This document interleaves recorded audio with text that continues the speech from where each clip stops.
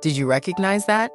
From the moment they wake up to the moment they go to bed, the laptop, the phone, the tablet, the TV. We call this screen stacking.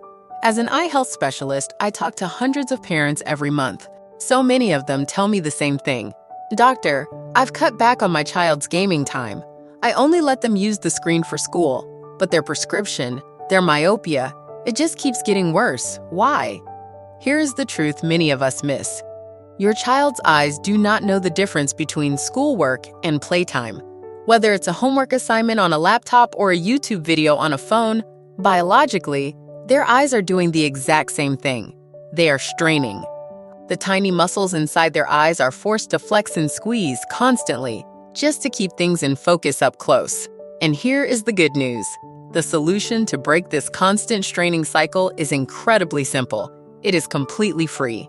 And it only involves 3 numbers that I want you and your child to memorize today: 20, 20, and 20.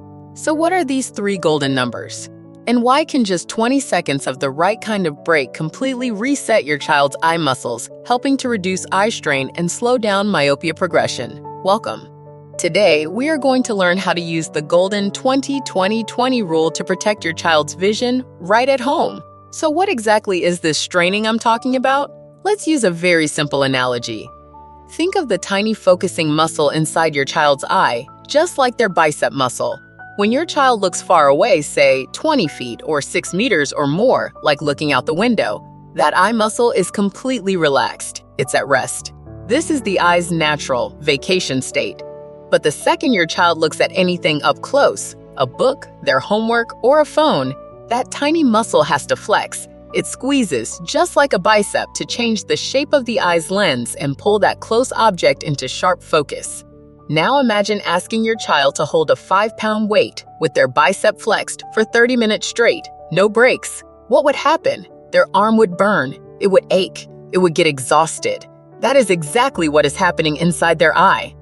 That constant, unbroken squeezing is what we call digital eye strain. And this brings us to the first big misconception I hear from parents all the time. We believe that learning screen time is somehow safer than playing screen time.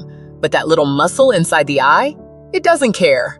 It doesn't know if your child is reading a digital textbook or fighting a digital dragon. All it knows is, I am looking close. I must squeeze.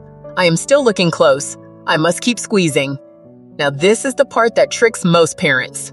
You might be thinking, but my 7-year-old never complains about eye strain. And you are absolutely right. They almost never do. Here's why. First, young kids have incredibly powerful focusing muscles. They can push through that strain, that burn, in a way most adults can't. But second, and this is the most important part, a young child doesn't have the language to describe eye fatigue. They won't say, "Mom, my ciliary muscle feels fatigued." Instead, they'll say, "I'm tired," or "I don't want to read anymore." They get irritable, they blink a lot. They start rubbing their eyes, or they get those mysterious end-of-day headaches. We see these signs and we think it's a behavior problem or that they just need a nap. But so often, it's not. It's a vision problem. Their eyes are simply screaming for a break. Okay, you say, so they get a little muscle strain. They get a good night's sleep and it's fine tomorrow, right? Well, not exactly. This is where the problem gets much more serious. This constant, day-after-day strain doesn't just cause temporary discomfort. While scientists are still studying the exact link, the evidence is now very strong. All this constant pulling, this nonstop squeezing, it creates tension inside the eye. Many researchers believe this tension acts as a signal to the back of the eye that says, "Hey, we're under too much pressure. We must be too short for this job. We need to grow longer." And that is exactly what the eyeball does. It physically stretches. This is myopia progression. And here is the critical part I need every parent to understand. Unlike a tired muscle that recovers, this change, this stretching of the eyeball, is permanent. This eyeball stretching, this myopia progression, doesn't happen overnight. It happens slowly, day by day, fueled by a set of common habits. I call these the silent habit traps. As I describe them, see if any of these patterns look familiar in your home. Trap number 1, the cave. This is when your child does homework in a dark room, with the screen as their only major light source. This contrast forces their pupils to open wide and their focusing muscles to squeeze extra hard at the same time. It's like driving a car with one foot on the gas and one foot on the brake. It creates massive eye fatigue. Trap number 2, the nose to screen lean. The closer the screen, the harder those eye muscles have to work. If your child's face is closer to their screen than the length of their own forearm, from their elbow to their fingertips, they are in the red zone. They are straining hard. Trap number 3, the non-stop transition. This is the screen stacking we saw earlier. Their eyes never get that vacation state. They finish straining for school, only to immediately start straining for fun. And finally, the biggest trap of all, one that science is proving is just as important as screen time. Trap number 4, the indoor weekend. We keep our kids inside for homework, for safety, or for screen time, and we're accidentally starving their eyes of the one thing that has been shown to be protective against myopia, and that is sunlight. We have identified the problem. We have seen the habit traps. So, how do we fix it? Let's start with the easiest, most powerful, and most immediate tool you have, the one you can teach your child today. Let's break down the 20-20-20 rule. All right, let's build our defense plan. The first, easiest, and most important tool is the 20-20-20 rule.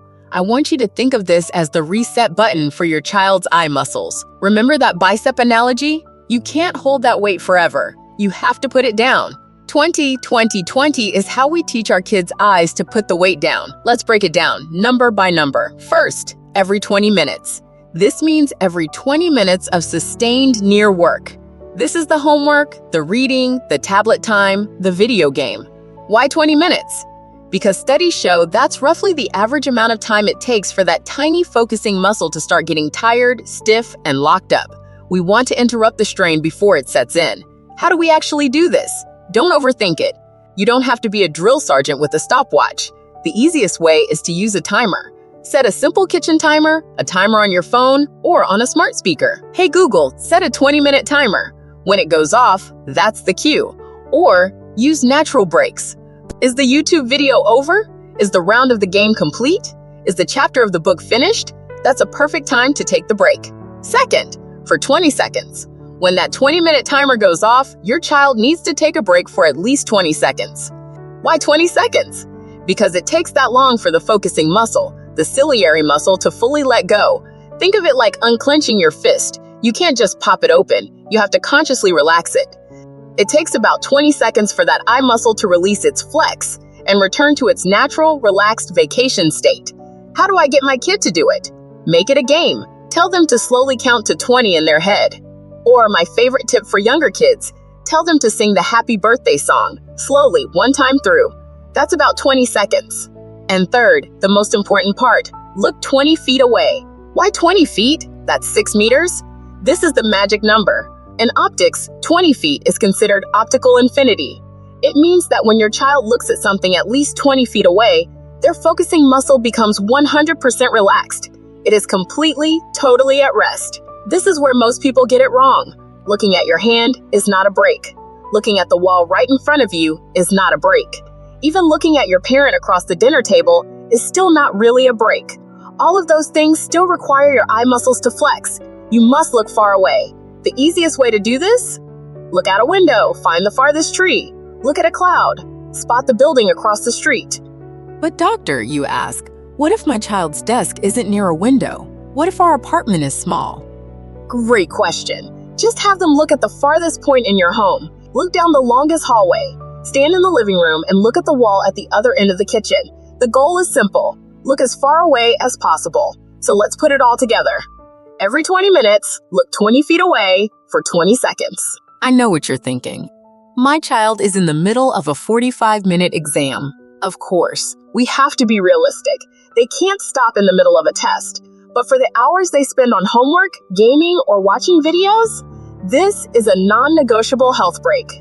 It's just like a water break or a stretch break. It is essential. This rule is your single best tool against digital eye strain. But what about preventing myopia? What about stopping that eyeball from stretching?